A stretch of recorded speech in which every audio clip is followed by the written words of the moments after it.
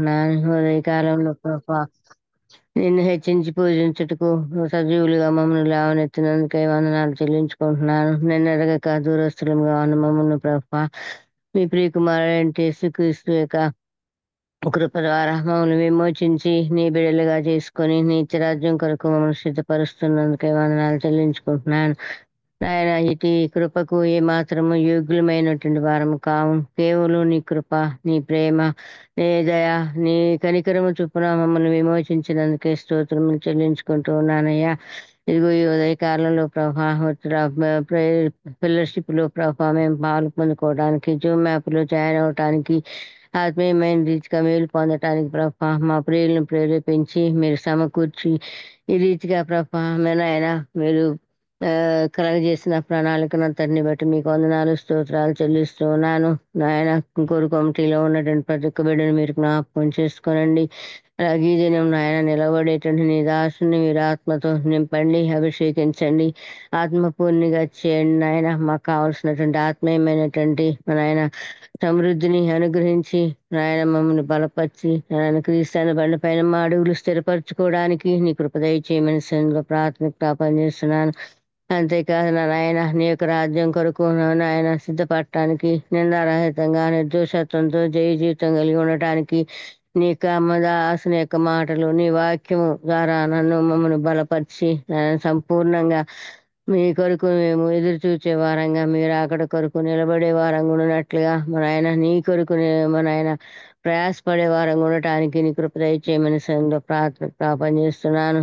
మన ఆయన యొక్క పరిచయ ద్వారా ప్రభా ప్రతి ఒక్కరు ఆత్మీయమైనటువంటి మేలు పొంది ఆయన మంచి రాను వారి వరే అనేకులను సిద్ధపరచగలుగునట్లుగా ఈ యొక్క పరిచయం ఉండటానికి మీరు సహాయం దయచేయమని సంఘంలో ప్రార్థిస్తున్నాను.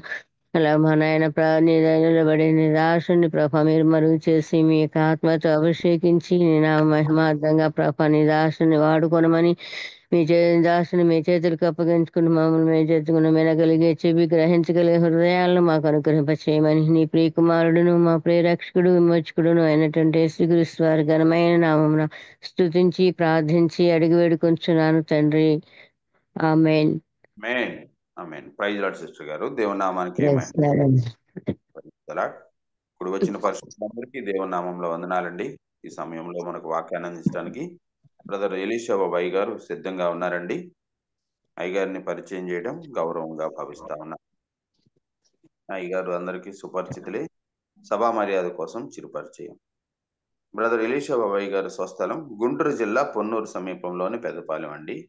వారు గణిత శాస్త్రంలో ఎంఎస్సి మరియు బిఈడి విద్యను అభ్యసించి 15 సంవత్సరాలు దేశవ్యాప్తంగా వివిధ ప్రదేశాల్లో గణిత శాస్త్ర లెక్చరర్గా పనిచేస్తారండి. నాగపూర్లోని ఆర్మీ స్కూల్లో లెక్చరర్గా పనిచేస్తున్నప్పుడు అన్నయ్య గారు పూర్తికాల పరిచర్య కోసం దేవుని పిలుపు మేరకు కుటుంబ సమేతంగా అనంతపురం జిల్లా మరియు చుట్టుపక్కల విద్యార్థుల మధ్య యుఈఎస్ఐ పరిచర్య ద్వారా స్టూడెంట్ కౌన్సిలర్గా ప్రభువును సేవిస్తా ఉన్నారు. వారి ప్రియ సతీమణి గారు ప్రగతి గారు. వీరికి జెరూషన్ మరియు సెబస్టియన్ అను ఇద్దరు బిడ్డలు కలరు. అన్నయ్య గారిని అన్నయ్య గారి కుటుంబాన్ని దేవుడు దీవించిన విధానాన్ని బట్టి దేవునికి వందనాలండి. వెల్కమ్ టు అన్నయ్య గారు. థ్యాంక్ యూ అన్న. Thank you for your kind words. ఈ ఉదయకాలం వర్చువల్ మీట్లో జాయిన్ అయిన ప్రతి ఒక్కరికి యేసుక్రీస్తు వారి జీవం కలిగిన నామంలో ప్రత్యేకమైన వందనాలు తెలియచేస్తూ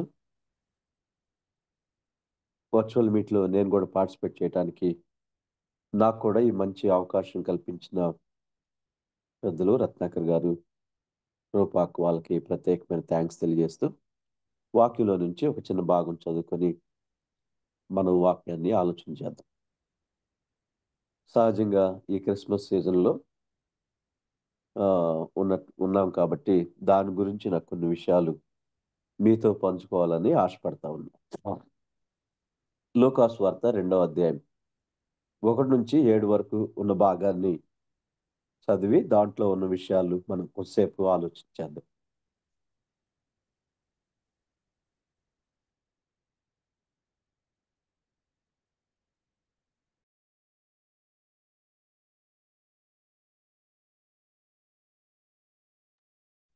లూకాసు వార్త 2వ అధ్యాయం 1-7 నేను చదువుతున్నాను. ఆ దినములలో సర్వలోకమునకు ప్రజాసంఖ్య రాయవలనని కైసరు ఐగుస్తు వలన ఆజ్ఞాయను. ఇది కురేలియు సిరియా దేశమునకు అధిపతి అయి ఉన్నప్పుడు జరిగిన మొదటి ప్రజాసంఖ్య. అందరూ ఆ సంఖ్యలో వ్రాయబడుటకు తమ తమ పట్టణములకు వెళ్ళిరి. యోసేపు దావీదు వంశంలోను గోత్రంలోను పుట్టినవాడు గనుక తనకు భారీగా ప్రదానం చేయబడి గర్భవతి అయి ఉండిన మరియతో కూడా ఆ సంఖ్యలో వ్రాయబడుటకు గలిలయలోని నజరేతు నుండి యోదయాలోని బెత్లెహేం అనబడిన దావీదు ఊరికి వెళ్ళెను. వారక్కడ ఉన్నప్పుడు ఆమె ప్రసవ దినములు నిండెను. తన తొలుచూలు కుమారుని కని పొత్తుగుడ్డలతో చుట్టి సత్రములో వారికి స్థలము లేనందున ఆయనను పశువుల తొట్టిలో పరుండబెట్టెను. సహజంగా ఈ మాటలు మనం చాలాసార్లు వింటూ ఉంటాం. క్రిస్మస్ అని ఆలోచిస్తూ ఉన్నప్పుడల్లా ఈ మాటలు మనం ఆలోచించడానికి ప్రయత్నం చేస్తూ ఉంటాం. ఏదో ఒక విధానంలో ఈ మాటలు మనకి వినిపిస్తూనే ఉంటాయి. అయితే నేను ఈ పాసేజ్ అంతటిని ఎక్స్ప్లెయిన్ చేయాలి అని అనుకోవట్లేదు, కానీ ఈ పాసేజ్లో ఉన్నటువంటి ప్రాముఖ్యమైన ఒక 3 లేదా 4 వ్యక్తుల గురించి, వాళ్ళ జీవితాలు మనకు నేర్పించే కొన్ని పాఠాల గురించి మీతో ఈ ఉదయకాలం మాట్లాడాలని నేను ఆశపడతా ఉన్నా. కాబట్టి ఈ మాటల్ని మనం కొద్దిసేపు ఆలోచించేద్దాం. ఇక్కడ ఈ లూకాసు వార్తకు ఉన్న ఒక ప్రాముఖ్యమైన విషయం ఏంటంటే, లూకా 2 పుస్తకాలు రాశాడు. మొదటిది లూకాసు వార్త, రెండవది అపోస్తల కార్యాల గ్రంథం.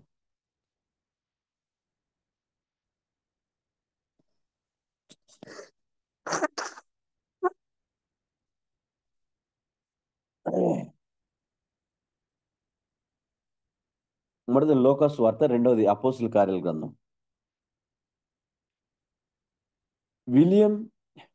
సర్ విలియం ర్యామ్సే అనే ఒక ఎథియిస్ట్, దేవుణ్ణి నమ్మనటువంటి వ్యక్తి సర్ విలియం ర్యామ్సే. దేవుని నమ్మడం, స్కాట్లాండ్ దేశస్థుడు, దాదాపు 10 పైగా పిహెచ్డీలు కలిగినటువంటి మహామేధావి. వాళ్ళు అన్నారు, నువ్వు చాలా మేధావి కదా, బైబిల్లో ఏదన్నా ఒక తప్పట్టుకోరా, బైబిల్ అంతా బోటకం అని చెబుదాం, నువ్వు చదివి బైబిల్లో ఏదన్నా ఒక తప్పట్టుకో అని అంటే, ఆయన కూడా సరే కాలక్షేపం కోసం అన్నట్టు బైబిల్ చదువుదాం అని అనుకున్నాడు. ఆయన ఒక పర్యావరణానికి సంబంధించినటువంటి శాస్త్రవేత్త. అయితే తనకి తగిన బుక్స్ ఏమున్నాయా అని బైబిల్ అంతా వెతికితే ఈ 2 పుస్తకాలు కనపడి. ఎందుకంటే ఈ 2 పుస్తకాల్లో చాలా పట్టణాల పేర్లు ఉన్నాయి, ఊళ్ళు పేర్లు ఉన్నాయి, నదులు ఉన్నాయి. సో వీటన్నిటి మీద రీసెర్చ్ చేసి అసలు నిజంగా ఈ సంఘటనలు జరిగినాయి అంటారా, ఒక్కటి జరగకపోయినా కూడా హ్యాపీగా ఇదంతా బోటకం, క్రైస్తవులు ఆడే నాటకం, కాబట్టి ఇదంతా వేస్ట్ అని చెప్దామని తను ప్రయత్నం చేశాడు. తను ప్రయత్నం చేసి తన రీసెర్చ్ స్టార్ట్ చేశాడు. రీసెర్చ్ స్టార్ట్ చేసిన తర్వాత కొన్ని సంవత్సరాలకి తేలింది ఏంటంటే, ఈ 2 పుస్తకాలు చదివి ఈ 2 పుస్తకాల్లో ఉన్నటువంటి ప్లేసెస్ అంటే డిస్టెన్స్ చూసినప్పుడు, తర్వాత 3వ అధ్యాయంలో కొంతమంది వ్యక్తుల పేర్లు రాశారు. తిబేరి కైసర్ ఏలుబడిలో 15వ సంవత్సరంలో యోదయాకేం పొంతు పిలాతు అధిపతిగా ఉన్నాడు. గలిలయకు హేరోదు చతుర్థాధిపతిగా ఉన్నాడు. ఇతురయ త్రకోనియా దేశాలకు అతని తమ్ముడైన పిలుపు చతుర్థాధిపతిగా ఉన్నాడని, ఇలా అన్నయ్య కయప వీళ్ళందరూ ఉన్నారని డీటెయిల్స్ ఇచ్చారు కదా. అసలు ఈ డీటెయిల్స్ వాస్తవా కాదా? ఈయన సీజర్ అగస్టస్ ఉన్నప్పుడు ప్రజాసంఖ్య జరిగిందా లేదా అని వీటి మీద రీసెర్చ్ స్టార్ట్ చేశాడు. వీటి మీద రీసెర్చ్ స్టార్ట్ చేసి కొన్నాళ్ళు రీసెర్చ్ అయిన తర్వాత తను చెప్పిన విషయం ఏంటంటే, బైబిలు నేను ఇప్పుడు చదువుతున్నప్పుడు ఈ 2 పుస్తకాలు వాళ్ళు రాసిన విషయాలు ఎంత పర్ఫెక్ట్‌గా ఉన్నాయంటే, ఎంత రీసెర్చ్ చేసినా నేను కూడా ఇంత పర్ఫెక్ట్‌గా రాయలేను. కాబట్టి ఇది తప్పనిసరిగా దైవ గ్రంథమే. దేవుడు రాయించిన విషయాలే. దేవుడు ఉన్నాడు అని తను యేసుక్రీస్తు ప్రభువుని సొంత రక్షకుని అంగీకరించి, ఆయన యొక్క సేవలో తన శేష జీవితం గడిపినట్టు మనకి హిస్టరీ చెప్తా ఉంది.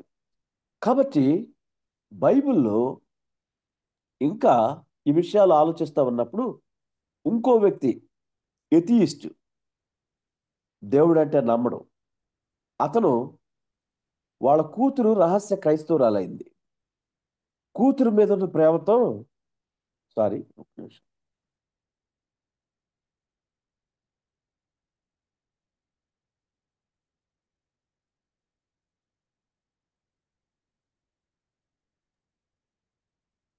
కూతురు మీద ఉన్న ప్రేమతో తనేం చేశాడంటే, కూతురు ఏం చేసిందంటే, డాడీ ఈ బుక్ నా కోసం నా మీద ప్రేమతో ఏమనుకోవద్దు చదువని న్యూ టెస్ట్మెంట్ ఇచ్చింది వాళ్ళ డాడీకి. కూతురు మీద ఉన్న ప్రేమతో ఇక కాన్బట్లో ఆ న్యూ టెస్ట్మెంట్ చదవటం స్టార్ట్ చేశాడు. మత్తయి సువార్త మొదట అధ్యాయం అంతా ఆదాము ఇలా వంశావళి చదువుతా ఉంటే తనకేం అర్థం కాల. ఫస్ట్ డే, సెకండ్ డే కూడా ఏం అర్థం కాల, థర్డ్ డే కూడా ఏం అర్థం కాల. ఇలా అర్థం కాకుండా ఉంటే ఆయన అనుకున్నాడు, ఈ అర్థం కాని పుస్తకం మనం ఏం చదువుతూలే, అయినా ఆ పిల్ల ఏదో ఇచ్చింది, సరే ఆ అమ్మాయి సాటిస్ఫాక్షన్ కోసమని కొద్దిగా చదువుదాం అనుకున్నాం అంటే, ఆయన చదివి అట్లా పక్కన పెడితే, ఆయన చదివి అలా పక్కన పెడితే పరిశుద్ధాత్మ దేవుడు ఎవరిని ఎలా రక్షించుకుంటాడు అనేది మనం ఆలోచించేద్దాం. అరే, ఏ మత గ్రంథంలో కూడా ఈవెన్ లూకాసు వార్త 3వ అధ్యాయం 25వ వచనం నుంచి కూడా మనకి ఈ వంశావళులు ఉన్నాయి. లాస్ట్లో మత్తయి సువార్త మొదటి అధ్యాయం వంశావళులు ఉన్నాయి, దాదాపు 17-18 వచనాల వరకు. లూకాసు వార్త 3వ అధ్యాయం 23 నుంచి చివరి వరకు కూడా వంశావళులు రాశారు. ఏ మత గ్రంథంలో కూడా ఇంత పర్ఫెక్ట్గా వంశావళిని ఇవ్వలేదు. కానీ ఈ మత గ్రంథంలో వంశావళులు కూడా ఇచ్చాడు. అంటే ఎంత పర్ఫెక్ట్గా వాళ్ళ హిస్టరీని చెప్తున్నారు అని. అంటే పరిశుద్ధాత్మ దేవుడు ఎవరిని ఎలా రక్షించుకుంటారో మనకు తెలియదు. పరిశుద్ధాత్మ దేవుడు అతనికి ఎలా ఆలోచన ఇచ్చాడో మనకు తెలియదు. కానీ ఇంత పర్ఫెక్ట్గా రాసిన ఈ గ్రంథం దైవ గ్రంథం కాక మరేమవుతుంది అని యేసు ప్రభుని, దైవ గ్రంథం కాక మరేమవుతుందని యేసు ప్రభుని సొంత రక్షకునిగా అంగీకరించినట్లు మనకి హిస్టరీ చెప్తా ఉంది. కాబట్టి బైబిలు ఎప్పుడు ఎవరిని ఎలా రక్షించుకుంటుందో మనకు తెలియదు. అందుకే నేను కూడా చాలాసార్లు ఏమని చెప్తా ఉంటానంటే, let the Bible speak, let the Bible speak. బైబిల్ని మాట్లాడిద్దాం ఎక్కువ. బైబిల్లో ఉన్న వాక్యానికి ఎంత శక్తి ఉందంటే, ఎవరైనా ఏ విధం చేతనైనా మార్చగలిగిన శక్తి ఉంది. కాబట్టి అందుకే మన జీవితాల్లో ప్రాముఖ్యంగా అలవర్చుకోవాల్సినటువంటి సత్యం ఏంటంటే, let the Bible speak, let the Bible speak. Right, మన అంశానికి వచ్చి అంశంలో ఉన్న కొంతమంది వ్యక్తుల గురించిన విషయాలు ఈ దినం మీతో మాట్లాడాలని నేను ఆశపడతాను. మొట్టమొదటిగా సీజర్ అగస్టస్, కైసరు ఐగుస్తు ఉన్నాడు. కైసరు ఐగుస్తు మనం చదువుకున్న లూకాసు వార్త 2వ అధ్యాయం 1 నుంచి 7 వచనాల్లో కైసరు ఐగుస్తు ఉన్నాడు. తర్వాత యోసేపు కనిపిస్తున్నాడు మనకి. తర్వాత మేరీ కనిపిస్తుంది, అంటే మరియా. తర్వాత జీసస్ క్రైస్ట్ కనిపిస్తున్నారు. వీళ్ళ నలుగురు గురించిన విషయాలు బ్రీఫ్గా నేను మనకున్న టైంలోనే ఎక్స్ప్లెయిన్ చేయడానికి ప్రయత్నం చేస్తా. కొంచెం అంటే సమయాభావాన్ని బట్టి ఎంతవరకు అయితే అంతవరకు ఎక్స్ప్లెయిన్ చేస్తూ వెళ్ళటానికి ప్రయత్నం చేస్తాం. సీజర్ అగస్టస్ గురించి ఆలోచిస్తా ఉన్నప్పుడు కైసర్ ఐగుస్తు గురించి, ఒక అన్యరాజుని దేవుడు తన ప్రణాళికలు నెరవేర్చుకోవటం కోసం ఎలా ఉపయోగించుకున్నాడో ఇక్కడ నాకు అర్థమైంది. సీజర్ అగస్టస్ చరిత్ర చదువుతా ఉన్నప్పుడు, కైసర్ ఐగుస్తు చరిత్ర చదువుతా ఉన్నప్పుడు మనకు అర్థమవుతున్న విషయం ఏంటంటే, ఒకవేళ ఆయన దగ్గరికి వెళ్ళి బాబు నీ టైంలోనే ఫస్ట్ టైము సర్వలోకానికి ప్రజాసంఖ్య రాయమని అన్నారు. మీరు ఎందుకు అని ఉంటారు అని ఒకవేళ అతను అడిగితే బహుశా అతను ఇలా అంటాడు, ఏమనండి నాకు తెలియదు, ఊరికి అట్ట ఆలోచన వచ్చింది, చేస్తే మంచిది, మంచిదని చేశాను, దట్టు అది నాకు ట్యాక్స్కి ఉపయోగపడుద్ది, తర్వాత నేను సైన్యాన్ని ప్రిపేర్ చేసుకోవడానికి ఉపయోగపడుద్ది, ఇలా కొన్ని ఉపయోగాలు కూడా ఉన్నాయి, ఆ, తెలీదు, జస్ట్ నాకు ఆలోచన వచ్చింది, నేను చేశాను అని అంటాడు బహుశా. కానీ అందుకే దేవుడు రాజుల హృదయాలట దేవుని దృష్టిలో నీటి కాలువలట. నీటి కాలువ, చిన్న నీటి కాలువని మనం మన ఇంటి దగ్గర వర్షం వచ్చినప్పుడు, మీరు ఇప్పుడంటే మనందరం సిటీల్లో ఉంటున్నాం, మేము చిన్నప్పుడు పల్లెటూరులో ఉండేవాడిని. వర్షం వచ్చినప్పుడు నీళ్ళు ఎక్కువైపోతున్నప్పుడు దారి మళ్ళిస్తూ ఉంటాం, కాలుతో అట్ట చేసి లేదా చేత్తో అట్ట చేసి వాటర్ ఇటు రాకుండా అటు వెళ్ళేటట్టు మనం చిన్న దారులు చేస్తూ ఉంటాం.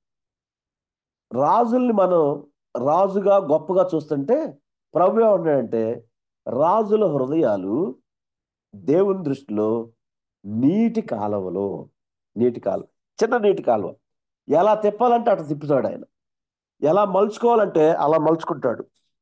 తర్వాత దేవుడు తన ప్రణాళికలు నెరవేర్చుకోవటానికి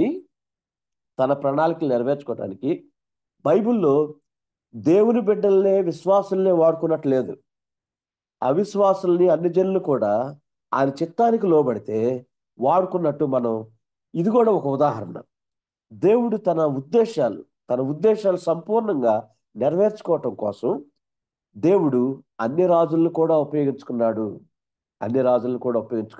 అంటే మన దేవుల్లో ఆయనకు అందరూ సమానమేనండి.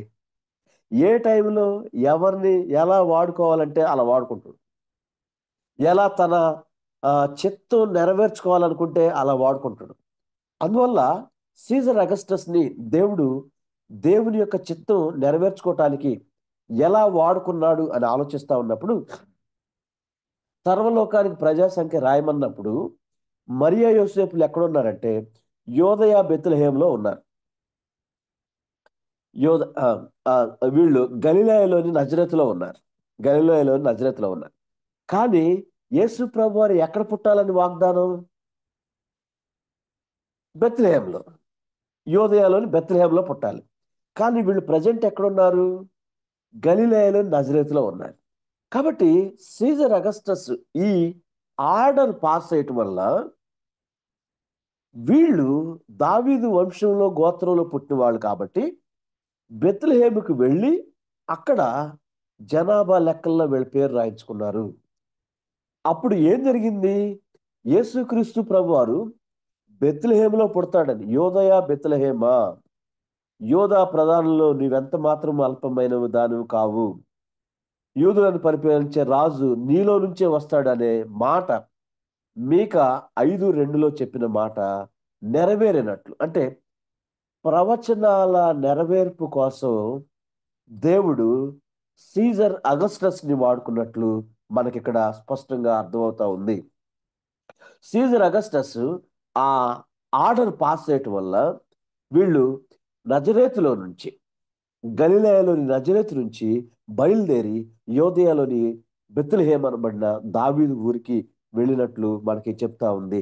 కాబట్టి ఇక్కడ నేను చెప్పదలుచుకున్న ప్రాముఖ్యమైన అంశం ఏంటంటే, దేవుని చిత్తానికి లోబడితే, దేవుడిచ్చిన ఆలోచనలు మనం చేయటానికి ఇష్టపడితే దేవుడు అన్ని రాజులు కూడా తన యొక్క ఉద్దేశాలు సంపూర్ణంగా నెరవేర్చుకోవటానికి ఉపయోగించుకున్నాడు. యేసుక్రీస్తు వారి రక్షణ ప్రణాళికలో సీజర్ అగస్టస్ కూడా ఒక ప్రాముఖ్యమైన ప్లేస్ ఉంది. వాగ్దానాలు నెరవేర్చడానికి, ఆయన ప్రవచనాలు నెరవేర్పుకి ఈయన్ని కూడా ఒక పాత్రగా దేవుడు వాడుకున్నాడు. ఎంత గొప్ప దేవుడు అండి మన దేవుడు! ఎవరిని త్రోసివేయడు, అందరినీ వాడుకునే దేవుడు. అయితే ఆయనకు కావాల్సింది ఏంటంటే ఈ మాట చెప్పి నేను ముందుకు వెళ్తాను. ఆయనకు కావాల్సింది ఎబిలిటీ కాదు కానీ అవైలబిలిటీ. దేవుడు మనలో ఏం చూస్తాడంటే నాకు ఎంత ఎబిలిటీ ఉంది, ఎంత స్కిల్ ఉంది, ఎంత నైపుణ్యత ఉంది, ఎంత జ్ఞానం ఉంది, అసలు తిరుగులేదు, అది కాదు ఆయన. అది కూడా కావాలి. బట్ దానికంటే ఎక్కువ ఏది చూస్తాడంటే అవైలబిలిటీ. దేవుడు నిన్ను నన్ను వాడుకోవాలనుకుంటున్నప్పుడు ఆయనకి అవైలబుల్గా ఉండగలుగుతున్నామా? లేకపోతే "ఆ, నేను కొంచెం బిజీ బ్రదరు, అయ్యో అనుకోవద్దు బ్రదరు, నేను ఈ టైంలో ఉండలేనులే బ్రదర్" అని మనం ఆ, అలా చెప్తా ఉన్నాము. కాబట్టి ఆయనకు కావాల్సింది ఏంటంటే ఎబిలిటీస్ కాదు, నాలెడ్జ్ కాదు, టెక్నాలజీ కాదు, లేకపోతే స్కిల్స్ కాదు. ఇవన్నీ కావాలి. అయితే వీటన్నిటికంటే ప్రాముఖ్యం ఆయన కోరుకుంటుంది ఏంటంటే అవైలబిలిటీ. నువ్వు నాకు అవైలబుల్గా ఉంటావా? నీకేమి లేకపోయినా నీకు ఆ స్కిల్స్ని ఇచ్చి నేను వాడుకుంటాను.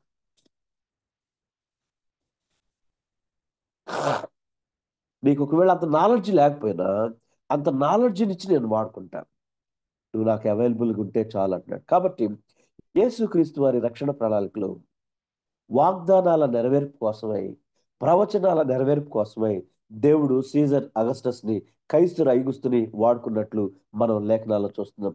ఈయనైనా ఇంకెవరన్నా ఇలా దేవుని ప్రణాళికలు నెరవేర్చే ప్రాముఖ్యమైన భాగంలో ఉన్నట్టు మనకి ఇంకా ఎవరైనా ఇలాంటి వ్యక్తులు, ఇలాంటి కింగ్స్, అన్ని రాజులు కనిపిస్తా ఉన్నారా అని నేను ఆలోచిస్తా ఉన్నప్పుడు యెషయా గ్రంథంలో 44 అధ్యాయంలో మరొక వ్యక్తి మనకి కనిపిస్తా ఉంటాడు. యెషయా గ్రంథం నేనే తీసి చదివి మనందరి కోసం చదివి వినిపిస్తాం. యెషయా గ్రంథం 44 అధ్యాయం చివరి వచనం 28 వచనం. కోరేషుతో దేవుడు చెప్తున్న మాట, కోరేషుతో నా మంద కాపరి, నా చిత్తమంతయు నెరవేర్చువాడా అని చెప్పువాడను నేనే. యెరూషలేముతో నీవు కట్టబడదు అని, దేవాలయమునకు పునాది వేయబడునని నేను చెప్పుచున్నాను. కోరేష్తో ఎంత చక్కగా దేవుడు ఈ మాట మాట్లాడుతున్నాడు. నా మంద కాపరి అన్నాడు, నా చిత్తమంతయు నెరవేర్చువాడా అన్నాడు. ప్రియ స్నేహితుడు, సహోదరి, నేను ఇంకా దీని గురించి ఎక్స్ప్లెయిన్ చేయను. కానీ ఇన్ని సంవత్సరాల నుంచి దేవుని సేవిస్తా ఉన్నాం కదా, క్రైస్తవులు అని చెప్పుకుంటున్నాం కదా, దేవుని బిడ్డలు అని చెప్పుకుంటున్నాం కదా, నేను నాలాంటి వాళ్ళు ఆయన సేవకులు అని చెప్పుకుంటున్నాం కదా. దేవుడు కోరేష్తో అన్నట్టు నీతో నాతో ఈ మాట చెప్పగలడా? నా మంద కాపరి, నా చిత్తమంతయు నెరవేర్చేవాడు అయ్యా నువ్వు. అందుకే నువ్వంటే నాకు చాలా ఇష్టం. నువ్వు నా చిత్తాన్నే నెరవేరుస్తావు. నీ సొంత ఆలోచనలు ఎక్కడా కూడా మినిస్ట్రీలో కంటిన్యూ చేయవు. ఇది నా పరిచర్య అని తెలిసి, నా పరిచర్య కోసం పిలుచుకున్నానని తెలిసి, దేవా ఏం చేయాలి, ఎలా వెళ్ళాలి అని నా దగ్గర ఆలోచనలు తీసుకునే నువ్వు చేస్తావు. ఈవెన్ నీ ఫ్యామిలీలో, పిల్లల వివాహాల్లో, వాళ్ళ జాబ్స్లో, వాళ్ళ స్టడీస్లో, వాళ్ళ కెరియర్లో ఏదైనా వస్తువు కొనాల్సి వచ్చినప్పుడు, దేవా ఇది మీ చిత్తమా కాదా, ఇలా చేయొచ్చా చేయకూడదా, మేము ఇలా జీవించొచ్చా అని ప్రభు చిత్తాన్ని ఎరిగి, ప్రభు చిత్తాన్ని అడిగి చేసేవారుగా ఉండగలిగితే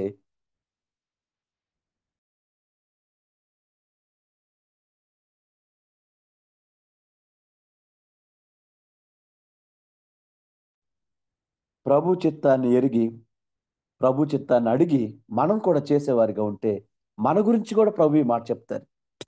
నా మంద కాపరి,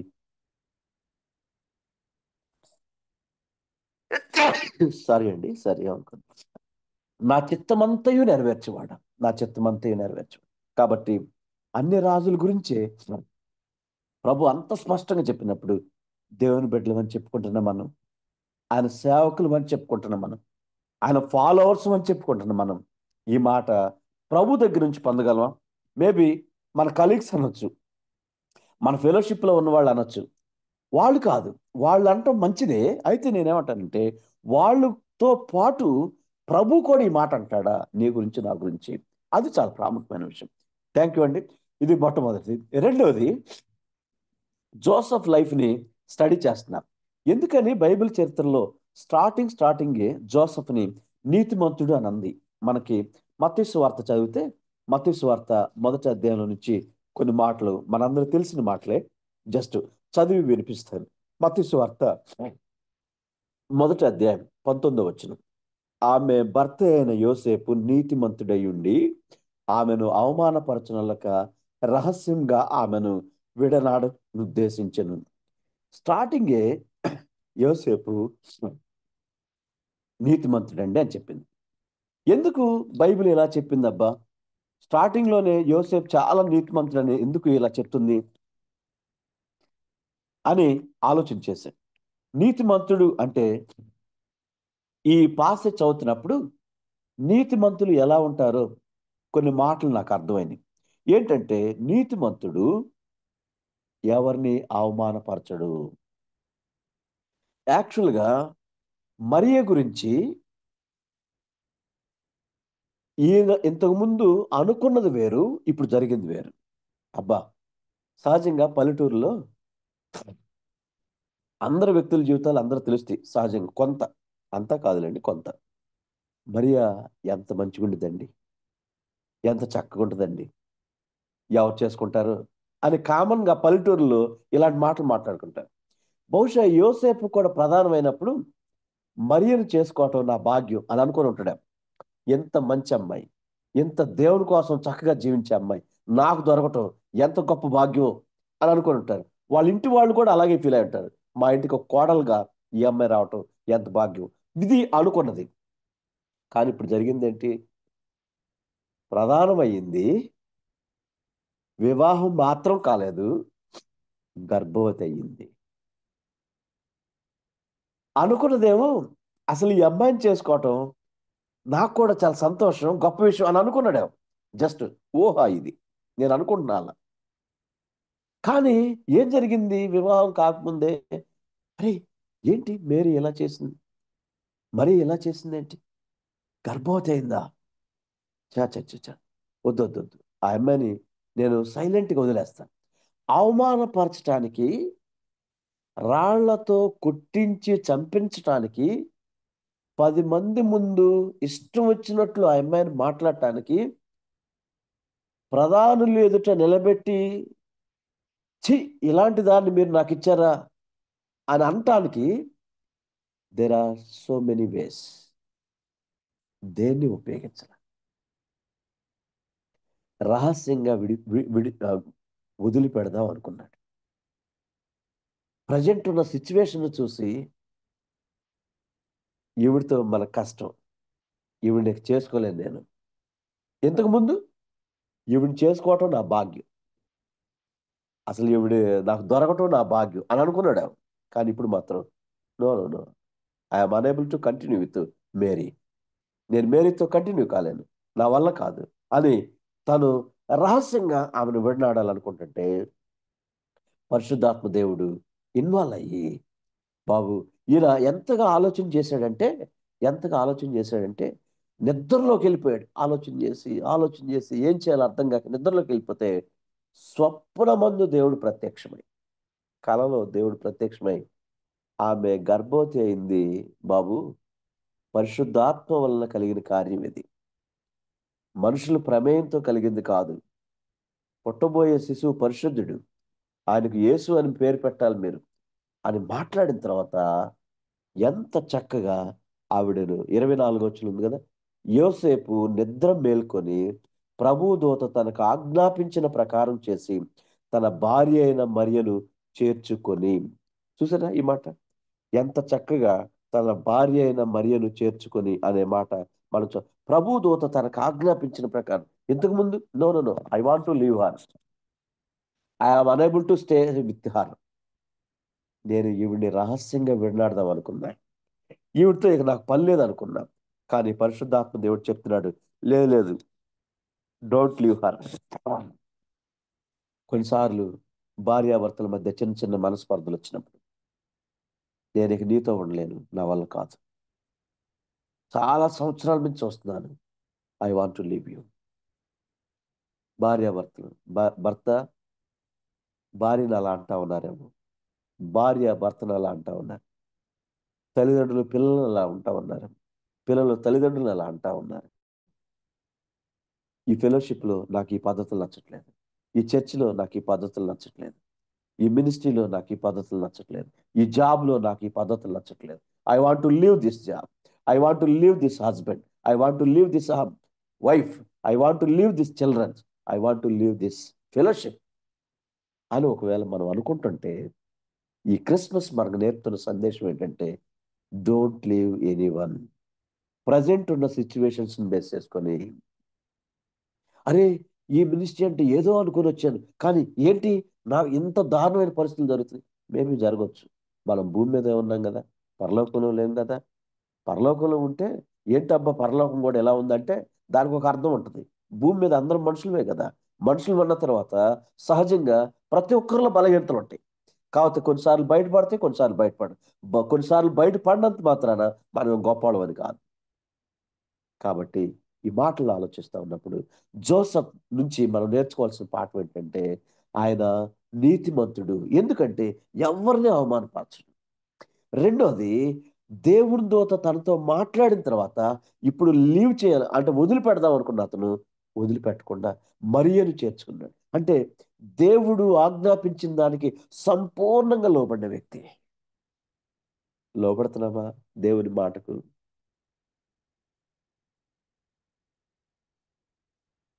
దేవుని మాటకు విధేయత చూపించేవారిగా ఉంటా ఉన్నామా? ఆలోచించేయమని ప్రేమతో రిక్వెస్ట్ చేస్తా ఉన్నా. దేవుని మాటకు విధేయత చూపించేవారు సంపూర్ణంగా. ప్రభువు దూత తనకు ఆజ్ఞాపించిన ప్రకారము చేసి కదా, అసలు ఏమేమి ఆజ్ఞాపిస్తే ఆ ప్రకారం చేసి ఆ ఈ మాటను ఆ ఆ మరియును చేర్చుకున్నట్లు మనకి ఇక్కడ అర్థమవుతుంది. రెండోది అది. మూడోది, అక్కడ ఆమె కుమారుని కను వరకు ఆమెను ఎరుగకుండెను అని ఉంది కదా 25వ వచనంలో. మత్తయి సువార్త 1వ అధ్యాయంలోనే ఉన్నా నేను. అక్కడి నుంచి విషయాలు చదువుతున్నాను. యోసేపు లైఫ్ని నేను స్టడీ చేస్తా ఉన్నా. అక్కడ ఏమనుందంటే ఆమె కుమారుని కను వరకు ఆమెను ఎరుగకుండెను. అంటే హిజ్ లిమిటేషన్స్. ఎవరితో ఎంతవరకు మాట్లాడాలి, ఎంతవరకు ఉండాలి, ఎలా మాట్లాడాలి, చేయాలి, ఏం చేయకూడదు, మాట్లాడాలి, మాట్లాడకూడదు, నడవాలి, నడవకూడదు. His limitations. అంటే నాకు ఇంకొక మాట ఏం గుర్తొస్తుందంటే, తన పరిశుద్ధతను కాపాడుకున్నాడు. నాకు ఈ క్రిస్మస్ గురించి ఆలోచిస్తా ఉన్నప్పుడు ప్రాముఖ్యంగా 2 మాటలు బాగా గుర్తొస్తున్నాయండి. ఒకటి, సీజర్ అగస్టస్ దేవుడిచ్చిన ఆలోచనలకు విధేయత చూపించాడు. రెండోది, జోసఫ్ దేవుడిచ్చిన ఆలోచనలకు విధేయత చూపించాడు. విధేయత అనే మాట ప్రతి ఒక్కళ్ళలో కనిపిస్తుంది ఒకటి. రెండోది, జోసఫ్ లైఫ్లో నుంచి నాకు అర్థమైన ఇంకో మాట ఏంటంటే, పరిశుద్ధతను కాపాడుకోవటానికి తన శాయశక్తులా ప్రయత్నం చేస్తున్నాడు. His limitations. My dear friends, మనకు తెలుసా మన లిమిటేషన్స్? కొంతమంది భర్తతో కాక, తమ సొంత భర్తతో కాక మిగతా వాళ్ళందరితో ఎక్కువసేపు మాట్లాడతారు. కొంతమంది సొంత భార్యతో కాక మిగతా వాళ్ళందరితో ఎక్కువసేపు మాట్లాడతారు. హృదయంలో ఊహించుకుంటా ఉంటారు, పరిధులు దాడతారు. ఒకవేళ పైకి పరిధులు దాటకపోవచ్చేమో కానీ ఆలోచనలో పరిధులు దాటే పరిస్థితి. కాబోయే భార్యే కదా, ఏమైద్దిలే అనుకొని ఇష్టం వచ్చినట్లు బిహేవ్ చేయొచ్చు. కానీ ఎంత స్పష్టంగా రాసిపెట్టాడు పరిశుద్ధాత్మ దేవుడు ఈ మాటలు. ఆమె కుమారుని కను వరకు ఆమెను ఎరుగకుండి అంటే మరీ తెలియదండి ఆయనకి. ఏంటి దానిలో ఉన్న అర్థం ఏంటి? ఎంత డీప్ మీనింగ్ అక్కడ రాసిపెట్టారు. కాబట్టి పరిశుద్ధతను కాపాడుకోవటానికి మన శాయశక్తుల మనం ప్రయత్నం చేస్తున్నావా లేదా అనేది ఈ క్రిస్మస్లో మనం ప్రాముఖ్యంగా ఆలోచించాల్సినటువంటి ప్రాముఖ్యమైన విషయం. పరిశుద్ధుడైనటువంటి యేసుక్రీస్తు ప్రభువారు ఈ లోక రక్షకుడిగా రావాలంటే నేను కూడా నా పరిశుద్ధతను కాపాడుకోవాలి అని జోసఫ్ తన పరిశుద్ధతను కాపాడుకున్న వ్యక్తిగా మనకి ఎక్కడ కనిపిస్తున్నాడు. మూడోది, 3 విషయాలు చెప్పే. నీతిమంతులు అంటే ఒకటి, ఇతరులను అవమానపరచరు. నోటికి ఏదొస్తే అది మాట్లాడతారు కొంతమంది. చిన్న లేదు, పెద్ద లేదు, ఏది పడితే అది మాట్లాడచ్చా మాట్లాడకూడదు, అవమానపరచడం, లుక్ డౌన్ నేచర్, చాలా చులకన చేసి మాట్లాడతాం. ప్రతి చిన్న విషయానికి చులకన చేసి మాట్లాడతాం. ఇలాంటి మంచిది కాదు. రెండవది, నేను వదిలిపెడదాం అనుకుంటున్నా. Don't leave anyone, don't leave ministry. ప్రభు మాటకు విధేయత చూపిద్దాం. ఆయన ఆజ్ఞాపించిన ప్రకారం ఆయన మేలుకే చేస్తాడు కానీ కీడుకు చేయడు అని ఆజ్ఞాపించిన ప్రకారం మరియను చేర్చుకొని ముందుకు వెళ్ళాడు. మూడోది, తన పరిధులు తెలుసుకొని పరిశుద్ధతను కాపాడుకున్నాడు. నాలుగో విషయం, జోసఫ్ లైఫ్లో నుంచే గలిలయలోని నజరేతు నుంచి యోదయలోని బెత్లెహేమ్కి దాదాపు 150 కిలోమీటర్ల దూరం. నిండు గర్భవతి. ఈ రోజుల్లాగా బస్సులు, కార్లు, రకరకాల వెహికల్స్ లేవు ఆ రోజుల్లో. అయినా కూడా ప్రభువు దూత తనకి ఏదైతే ఆజ్ఞాపించాడో, ఎక్కడికి వెళ్ళమంటే అక్కడికి వెళ్ళాడు. మేరీని తీసుకొని నువ్వు ఇక్కడికి వెళ్ళు బాబు, మేరీని తీసుకొని నువ్వు అక్కడికి వెళ్ళు అని అంటే వాళ్ళు అక్కడికి వెళ్ళారు. యోదయలోని బెత్లెహేమ్కి, అంటే గలిలయలోని నజరేతు నుంచి యోదయలోని బెత్లెహేమ్కి వచ్చాడు. బెత్లెహేమ్ నుంచి మళ్ళీ ఐగుప్తుకి వెళ్ళాడు. ఐగుప్తు నుంచి ఇజ్రాయెల్ దేశంకి వచ్చాడు. ఇజ్రాయెల్ దేశం నుంచి మళ్ళీ నజరేతుకి వచ్చాడు. అంటే ఎన్నిసార్లు ఎంత ప్రయాణమైనా ప్రభుదూత చెప్తే చేయటానికి రెడీగా ఉండడం. ప్రియ స్నేహితుడా, సహోదరి, ప్రభు మనకి ఎన్నిసార్లు ఎన్ని రకాలుగా ప్రభు మనతో మాట్లాడుతూ ఉన్నారు. అయ్యా నా కోసం కొంచెం ఈ దూరం వెళ్ళవా, నా కోసం కొంచెం ఈ పని చేయవా, ఇదిగో పలానా కుటుంబం నీడిలో ఉన్నారు, పలానా వ్యక్తి నీడిలో ఉన్నారు, అతని దగ్గరికి వెళ్ళి ప్రార్థించి వాక్యం చెప్పు, వాళ్ళు మారుతారు అని అంటే, లేకపోతే ఇది రక్షణలో ప్రణాళికలో భాగం, యేసు ప్రభు రక్షణ ప్రణాళికలో భాగంగా నిన్ను నన్ను కూడా వాడుకోవాలనుకుంటున్నాడు. కానీ మనం అవైలబుల్గా ఉండగలుగుతున్నామా? అవైలబుల్గా ఉంటే దేవునికే మహిమ. పరిశుద్ధతను కాపాడుకుంటూ ఉంటే దేవునికే మహిమ. మన పరిధులు మనకు తెలుస్తూ ఉంటే దేవునికే మహిమ. ఎంత దూరమైనా పర్వాలేదండి. డిస్టెన్స్ డజంట్ మ్యాటర్, బట్ ప్రభు చెప్పాడు కాబట్టి నేను ఇచ్చేస్తాను అనే యాటిట్యూడ్లో ఉంటే దేవునికే మహిమ. ఇంకా అక్కడ ఇతరుల్ని అవమానపరచుగా గౌరవించే వారిగా ఉంటే దేవునికే మహిమ. కాబట్టి ఈ మాటలన్నీ జోసఫ్ లైఫ్లో నుంచి మీతో మాట్లాడాలి అనుకున్న విషయం.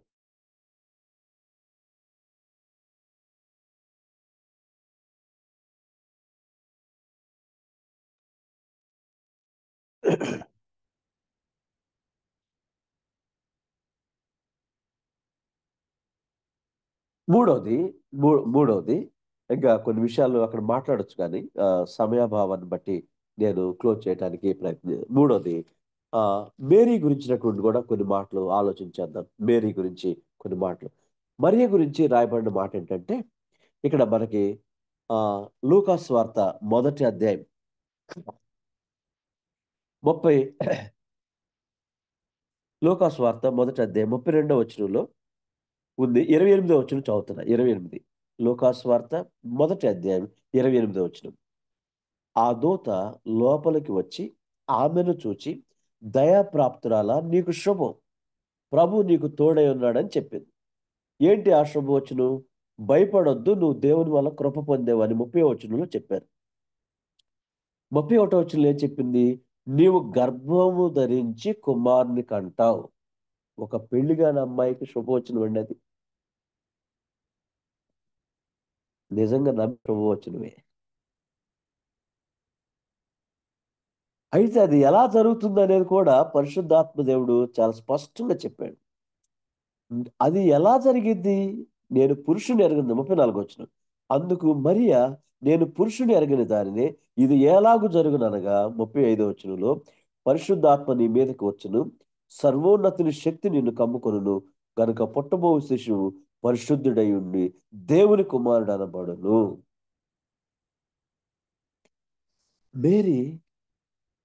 మేరీలో అంటే ఆ రోజుల్లో కామన్ గా చెప్పుకునే మాట ఏంటంటే, బెత్లెహేములో ఉన్న యవనస్తులందరూ యేసు ప్రభు నా గర్భాన్ని పుట్టాలి, నా గర్భాన్ని పుట్టాలి అని కొంతమంది ఎదురు చూస్తూ ఉంటారు. అనేది కామన్ గా మన పెద్దలు చెప్పేటువంటి ఒక ప్రాముఖ్యమైన విషయం. అయితే God has chosen the Mary. ప్రపంచం అంతటిలో, యోదయ దేశం అంతటిలో, బెత్లెహేం అంతటిలో దేవుడు మేరీని చూజ్ చేసుకున్నాడు. మరియని ఒకటి. రెండోది, సాక్షాత్తు దేవునితో ఆవిడ చెప్తున్న మాట ఏంటంటే 34 వచనం, నేను పురుషుని ఎరుగని దానిని, నేను కన్యకను, ఇది నాకెలా సాధ్యం? అంటే ప్రభువుతో తన పరిశుద్ధ జీవితం గురించి ఎంత చక్కగా మాట్లాడుతుంది కదా. అందుకే ఇందాక చెప్పాను, నాకు క్రిస్మస్ అనగానే 2 మాటలు ప్రాముఖ్యంగా గుర్తొస్తున్నాయి. ఒకటి ఒబీడియన్స్, రెండోది హోలీనెస్. ఎంత చక్కగా అది ప్రభుతో చెప్తుంది. మరియా ఆలోచనలు, తలంపులు ఎంత పరిశుద్ధతను కాపాడుకుందాం.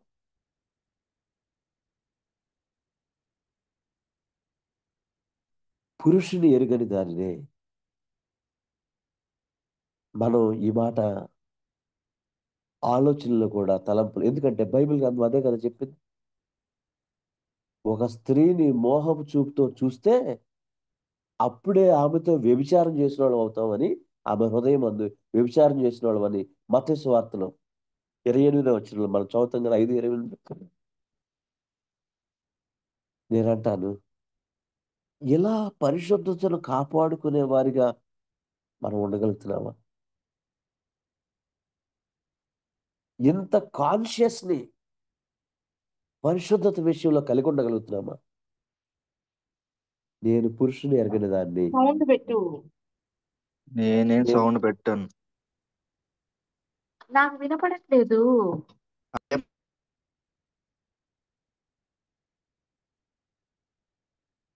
నేను పురుషుని ఎరుగని దాన్ని, నేను స్త్రీని ఎరుగని దాన్ని, నా భార్య తప్ప నాకెవరూ తెలియదు, నా భర్త తప్ప నాకెవరు తెలియదు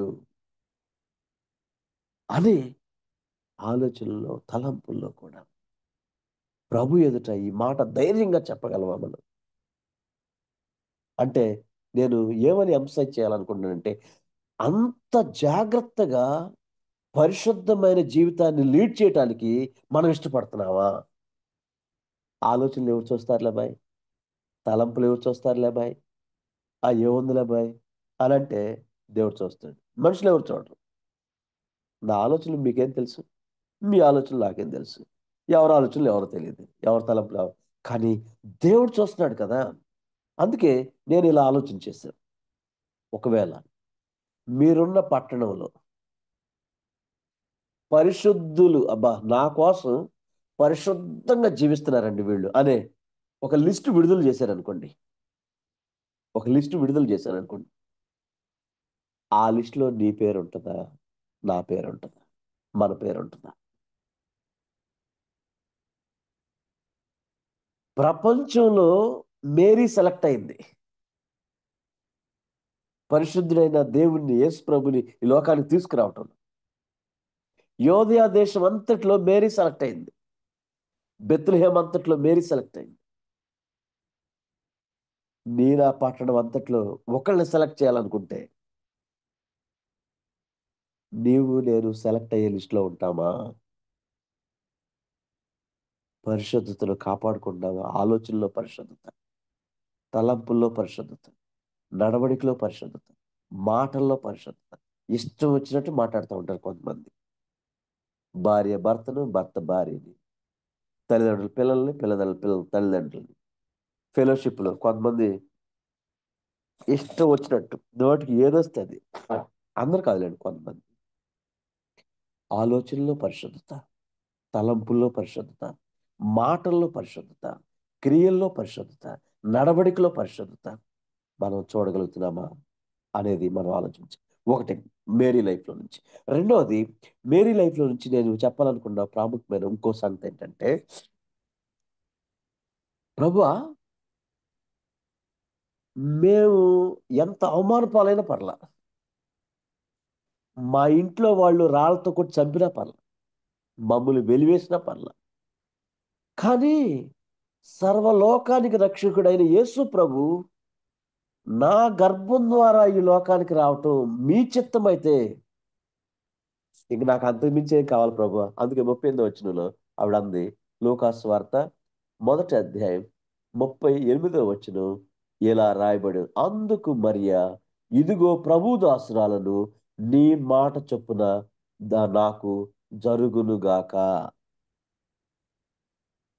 ఎంత అవమానమైనా పర్లేదండి, ఎంత నిందైనా పర్లేదండి, మమ్మల్ని వెలివేసినా పర్వాలేదండి, నన్ను రాళ్లతో కొట్టి చంపినా పర్లా, if it is your will, Yesu ప్రభు పరిశుద్ధుడైనటువంటి, సర్వ సృష్టికర్త అయినటువంటి, జీవాధిపతి అయిన దేవుడు, సర్వలోక రక్షకుడు నా ద్వారా రావటం మీ చిత్తమైతే అంతకు మించి గొప్ప భాగ్యమే ఉంది నాకు.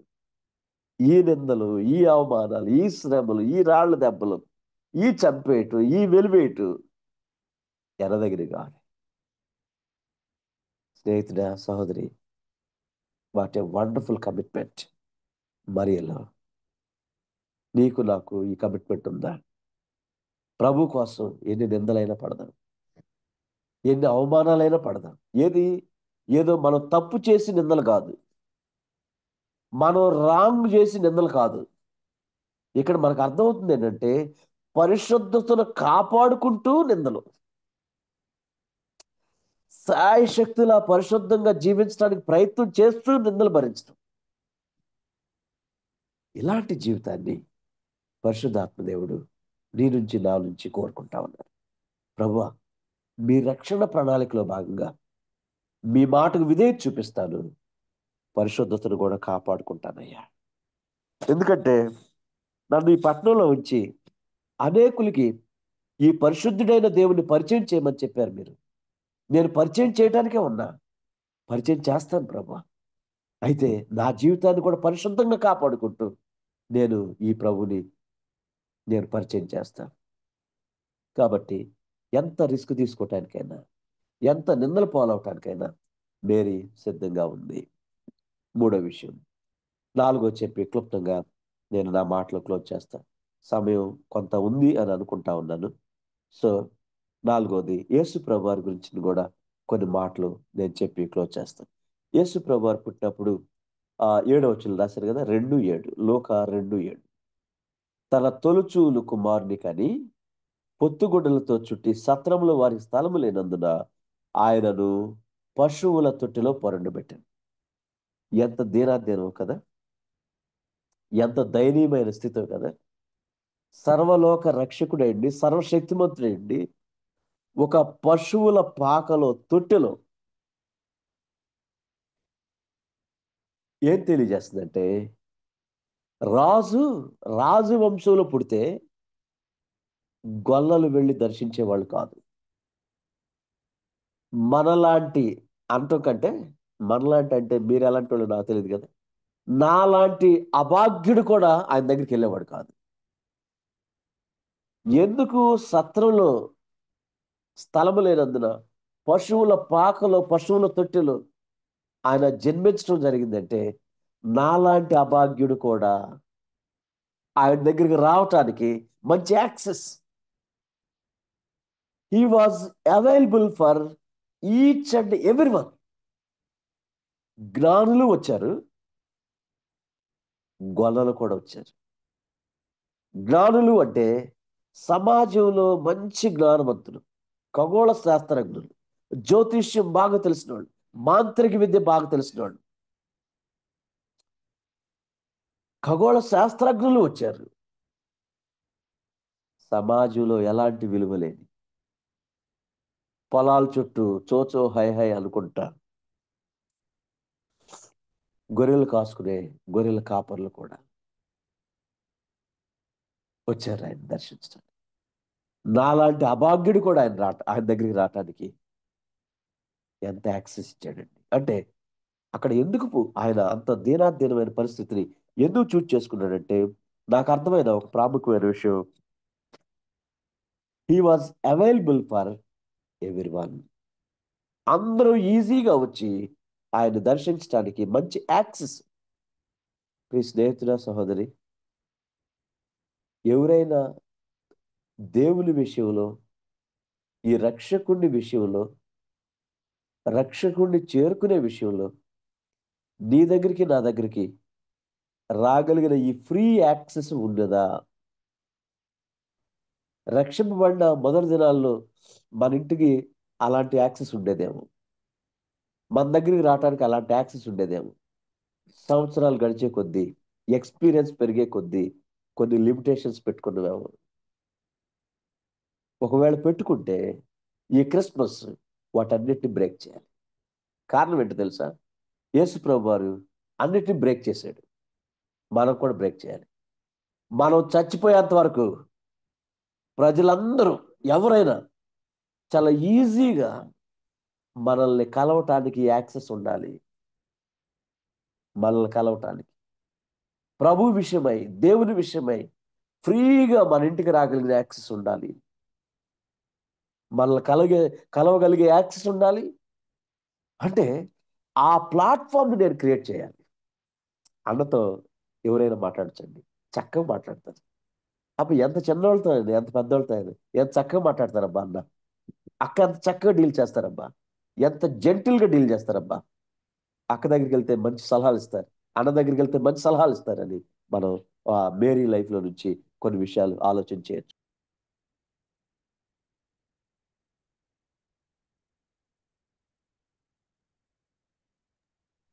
యేసుప్రభు వారి లైఫ్లో నుంచి ఈ విషయాలు మనం ఆలోచన చేయొచ్చు. మేరీ లైఫ్ అన్నాను, యేసుప్రభు వారి లైఫ్లో నుంచి ఆలోచన చేయొచ్చు. చివరిగా ఆయనకి పెట్టబడిన 1-2 పేర్ల గురించి మాట్లాడి దాంట్లో ఉన్న విశేషాలు చెప్పి యేసు ప్రభు యేసు అని పేరు రక్షకుడు. రెండవది ఇమ్మానుయేలు అని అన్నారు, రక్షకుడైన దేవుడు. సహజంగా మనం పాపం నుంచి రక్షిస్తాడని చెప్పుకుంటా ఉంటాం. ఈ కాన్ఫరెన్స్ లో ఉన్న మనలో ఇంకా ఎవరైనా సరే ఈ పరిశుద్ధుడైన దేవుణ్ణి, అందరికీ యాక్సెస్ ఇచ్చిన ఈ దేవుణ్ణి ఇంకా ఎవరైనా చేరుకోకపోతే, రక్షింపబడిన అనుభవంలోకి రాకపోతే, యేసుక్రీస్తును సొంత రక్షణ అంగీకరించిన ఆ వ్యక్తిగత అనుభవంలోకి రాకపోతే, యేసు ప్రభువారు నీ కోసం కూడా ఈ యాక్సెస్ ఇస్తున్నాడు. నీ కోసం, నా కోసం, మనందరి కోసం యాక్సెస్ ఉంది. ప్రియ స్నేహితుడా, సహోదరి, ఈ యేసును నీ సొంత రక్షకునిగా నీవు ఎరుగుదువా? ఒకవేళ లేకపోతే దేవుని ప్రేమ ఇప్పటికీ బ్రతిలాడుతూ ఉంది.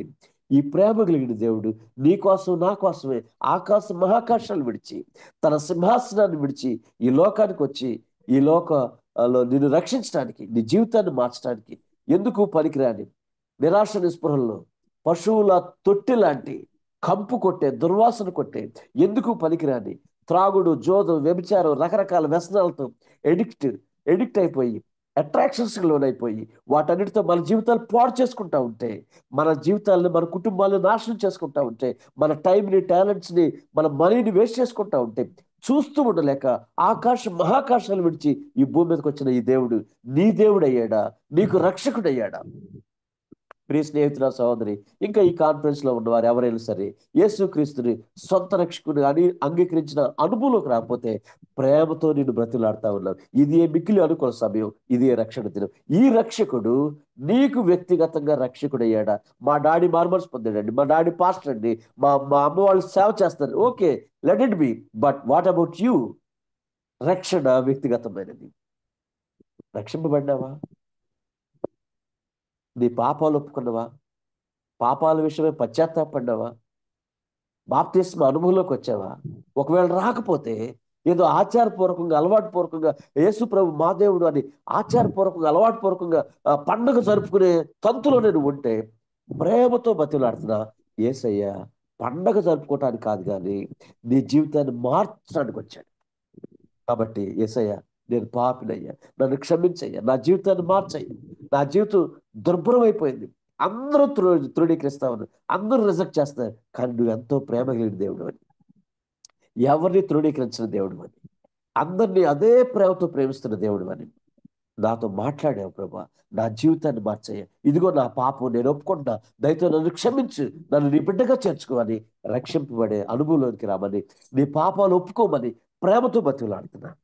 ఏదో ఆచారపూర్వకంగా, అలవాటు పూర్వకంగా పండుగ చేసుకోవటం కాదు, జీవితాన్ని మార్చుకోమని ప్రేమతో మనం చేస్తాం. ఈ దేవుడు ఇమ్మానుయేలు దేవుడు నీకు తోడుగా ఉంటాడు. నీ ఆర్థిక సమస్యలో తోడుగా ఉంటాడు, అనారోగ్య పరిస్థితుల్లో తోడుగా ఉంటాడు, ఐశ్వర్యంలో తోడుగా ఉంటాడు. ఈ వాస్ అంటే ఆయన ఎల్లప్పుడు సదాకాలం మనతో ఉంటాడు. ఉంది కదా మత్తయి సువార్త 28వ అధ్యాయం, సదాకాలం నేను మీతో కూడా ఉన్నాను అని అంటాడు. కాబట్టి మనతో ఉండే దేవుడు, మనకు తోడుగా ఉండే దేవుడు, సదాకాలం మనతో ఉండే ఈ దేవుడు నీ దేవుడు అయ్యాడా? నీకు కూడా తోడుగా ఉండాలని అన్ని పరిస్థితుల్లో, నీ క్లిష్ట పరిస్థితుల్లో, ఆర్థిక సమస్యలు, ఆరోగ్య సమస్యలు, మెంటల్ కండిషన్స్ లో, అనారోగ్య పరిస్థితులు, రకరకాల ఇరుకుల్లో, ఇబ్బందుల్లో ఆయన ఈ లోకానికి ఎందుకు వచ్చాడంటే నీ వేడితో అయితే నలిగిపోతా ఉన్నావు వాటన్నిటి నుంచి విడిపించడానికి, దేనికైతే బంధిమైపోయావో వాటన్నిటి నుంచి విడిపించడానికి వచ్చినటువంటి రక్షకుడు రక్షించి వదిలేడు. కానీ సదాకాలం మనం చచ్చిపోయేంత వరకు, ఆయన వచ్చేంత వరకు మనకి తోడుగా ఉంటాడు, ప్రతి విషయంలో తోడుగా ఉంటాడు. ఇంకా యేసు ప్రభు గురించి చెప్పాలని చాలా మాటలు చెప్పొచ్చు, కానీ సమయం అయిపోయింది కాబట్టి నేను ఈ మాటలు క్లోజ్ చేస్తున్నా. కాబట్టి ఈ మాటలు మనం ఆలోచించేద్దాం. ఈ దేవుడు నీ దేవుడు అయ్యాడా? నీకు తోడుగా ఉంటానని. ఒకవేళ మీ పేరెంట్స్ నీకు తోడుగా ఉండరు, వైఫ్ తోడుగా ఉండరు, హస్బెండ్ తోడుగా ఉండరు, పిల్లలు తోడు, ఎవరు అంత ఎక్కువ కాలం తోడుగా ఉండకపోవచ్చు, కానీ ఈ దేవుడు అంటాడు సదాకాలం నేను నీతోనే ఉంటాను, నీకు తోడుగా ఉంటాను. ఇలాంటి దేవుడు నమ్ముకోవటం నేను అనుకుంటాను, నాకు నేను కాదు, ఎంత ప్రివిలేజ్ అండి. ఇలాంటి పరిశుద్ధత కలిగిన దేవుణ్ణి, ఇలాంటి ప్రేమ కలిగిన దేవుణ్ణి, ఇలాంటి క్షమాపణ ఇవ్వగలిగిన దేవుణ్ణి, ఎంత ఘోర పాపినైనా క్షమించే, సిలువ వేస్తున్న వారిని సైతం క్షమించమని అడిగిన ఈ దేవుడు నా దేవుడైతే ఎంత బాగుండు. కాబట్టి ఇంకా ఈ కాన్ఫరెన్స్ లో ఉన్నవారు ఎవరైనా సరే మారు మనసు పొందకుండా, పాపాల విషయమే పశ్చాత్తాపడకుండా, రక్షింపబడకుండా, ఇంకా సమయాన్ని దాటవేస్తూ ఇప్పుడు కాదులే తర్వాత చూద్దాం అని దాటవేస్తుంటే రేపు నీది కాదు, నేడు అను సమయం ఉండగానే ఇదే మిక్కిలి అనుకున్న సమయం, ఇదే రక్షణ దినం. నీ పాపాలు ఒప్పుకొని యేసు ప్రభుని సొంత రక్షకుడు అంగీకరించమని, ఈ రక్షకుడు నీకు వ్యక్తిగతంగా రక్షకుడు అవ్వాలని చెప్పి తెలియచేస్తూ నా మాటలు ముగిస్తున్నాను. దేవుడి ఈ మాటల్ని మన కొరకై దీవించి ఆశీర్వదించును గాక. ఆమేన్. థ్యాంక్ యూ సో మచ్ అండి for giving this wonderful opportunity to me. ఆమేన్. Praise the Lord. Thank you brother Elisha Babu garu, చక్కని వర్తమానాన్ని మరి మాకు ఇచ్చినందుకు ఈ క్రిస్మస్ టైంలో కైసర్ ఔగుస్తు గురించి, మరి ఎవరినైనా దేవుడు వాడుకుంటాడు అన్న దానికి అన్యరాజుని ఉదాహరణగా చెప్పారు. దేవుడు కోరుకునేది అబిలిటీని కాదు, అవైలబిలిటీని అని చెప్పారు. మరి ఆయన గురించి అట్లాగే యోసేపు నీతిమంతుడు, సంపూర్ణంగా లోబడ్డాడు, విధేయత చూపాడు, పరిశుద్ధతను కాపాడుకున్నాడు. మరియ గురించి చెప్పారు, ఒబీడియన్స్, హోలీనెస్, మరి ఎంతో కమిట్మెంట్ తో పనిచేసింది. యేసు ప్రభు సదాకాలం మనకు తోడుగా ఉండే దేవుడని మరొకసారి గుర్తు చేసినందుకు వర్చువల్ ప్రేయర్ ఫ్యామిలీ తరఫున ఎలీషా బాబు గారికి ప్రత్యేక వందనాలు తెలియజేస్తున్నానండి. మన మధ్యలో ఉన్న పాస్టర్ విజయ్ కుమార్ గారు ఉన్నట్లయితే ముగింపు ప్రార్థన, పరలోక ప్రార్థన, ఆశీర్వాద ప్రార్థన ఇవ్వాల్సిందిగా కోరుతున్నానండి.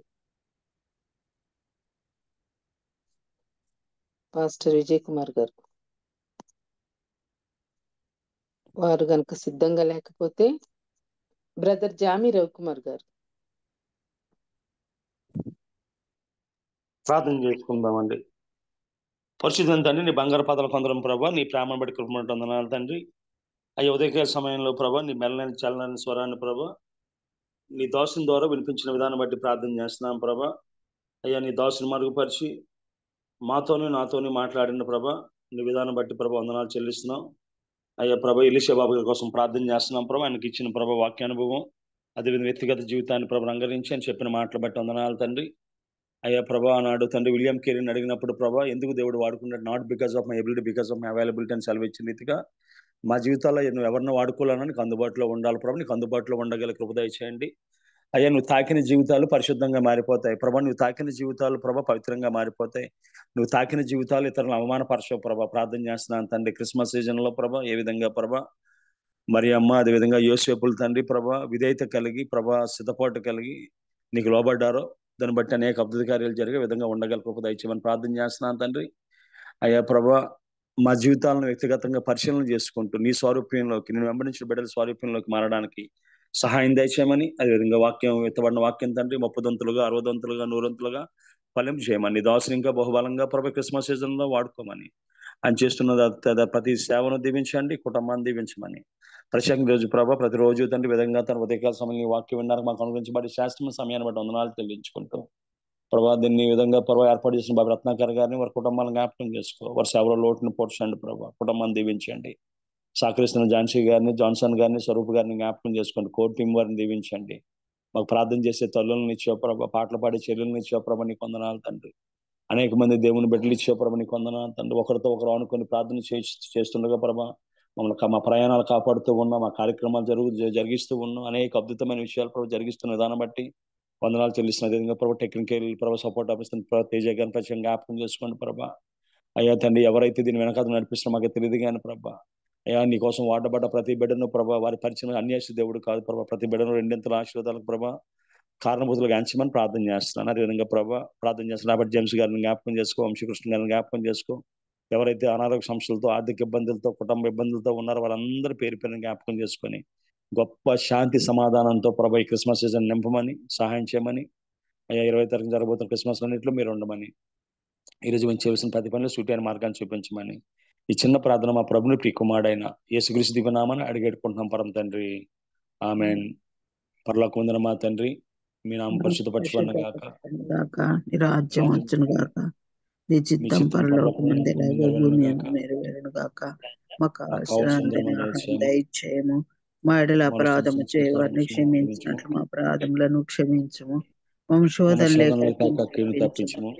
ఎందుకంటే రాజ్యం, శక్తి, మహిమ నిరంతరము నీవే. ఉన్నావు తండ్రి. ఆమేన్.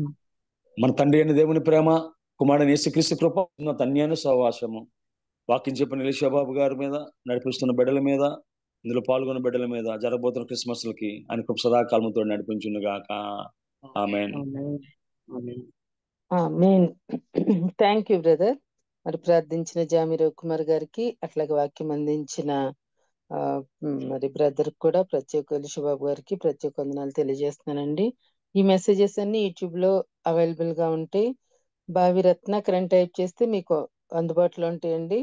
మరి ఎలీషాబాబు గారు చెప్పిన వాక్యాలు మీరు ప్రత్యేకంగా వినాలని ఆశపడితే ఆ ప్లేలిస్ట్ లోకి వెళ్తే వారి ఫోటోతో సహా వస్తాయండి. దయచేసి మీరు ఈ అవకాశాన్ని వినియోగించుకోండి.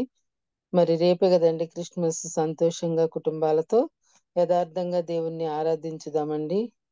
మరి జాయిన్ అయిన ప్రతి ఒక్కరికి వందనాలండి. హ్యావ్ ఎ నైస్ డే అండి. ముగించుకుందాము. Thank you. Thank you brother.